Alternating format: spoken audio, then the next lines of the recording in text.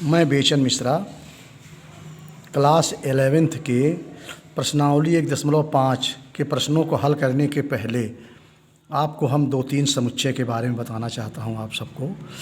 तो उसमें पहला समुच्चय है, इसके पहले भी कई समुच्चय बता चुका हूं। इस चैप्टर से संबंधित 3 समुच्चय के बारे में हमें बताना है। पहला समुच्चय है पूरक समुच्चय, जिसकी अंग्रेजी है कॉम्प्लीमेंट सेट। कॉम्प्लीमेंट सेट का मतलब होता है, मान लीजिए कोई एक समुच्चय ए है,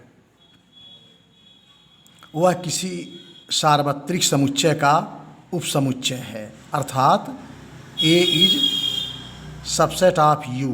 तो ए का पूरक समुच्चय यू के उन अवयवों का समुच्चय है जो ए में नहीं है। इसे ए डैश, ए ऐसे ऊपर ऐसे डैश लगा देंगे, इसका मतलब हो गया कॉम्प्लीमेंट ऑफ ए।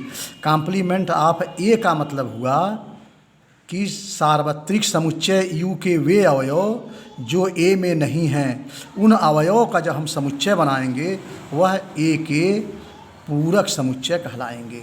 जैसे यहाँ उदाहरण से मैं समझाने का प्रयास किया हूँ कि u इज इक्वल टू मान लीजिए 1 2 3 4 5 6 10 तक हैं, a इज इक्वल टू 2 3 4, तो a डैश का मतलब u में से यूनिवर्सल सेट में से a के अवयव को निकाल दीजिए, 2 3 4 निकाल दीजिए।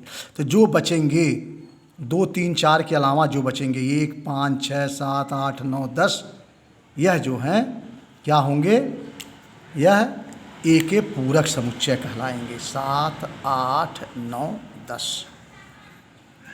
दूसरा समुच्चय है अंतर समुच्चय। थोड़ा सा दोनों में हम लोग ये दोनों का अंतर को भी समझें। इसको कहते हैं डिफरेंस सेट।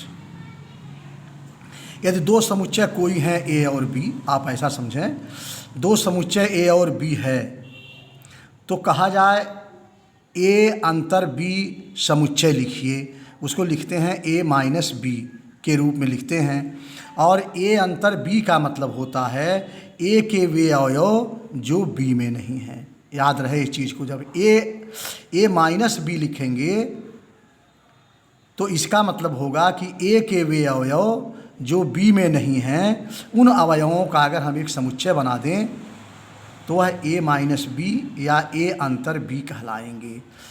उसी तरह से अगर मान लो कहा जाए बी माइनस ए बताइए, तो बी माइनस ए का मतलब होगा कि बी के वे अवयव जो पहला है, बी के वे अवयव जो ए में नहीं हैं, वे बी अंतर ए के अवयव कहलाएंगे।